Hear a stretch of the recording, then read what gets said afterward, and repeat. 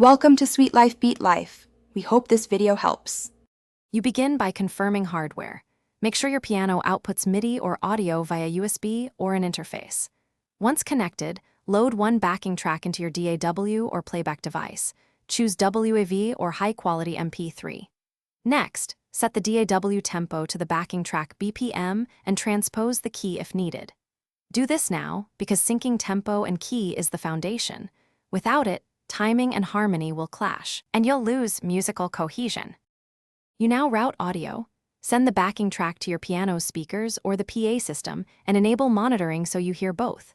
Once done, create a separate MIDI track for your piano patch and assign channels. Layer sounds if you want pads under the piano. Make sure to sync playback with a click or tap tempo.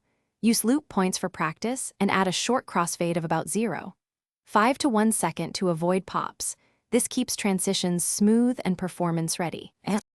You finish by balancing and automating. Pull the backing track down to roughly -6 to -12 dB, then bring your piano up 3 to 6 dB so it cuts through. Once done, add reverb sends and gentle EQ automation to prevent frequency masking during busy sections. Finally, record a test take and listen on different speakers.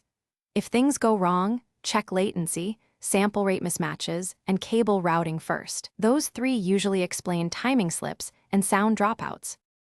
Thanks for watching. Consider subscribing if we helped you.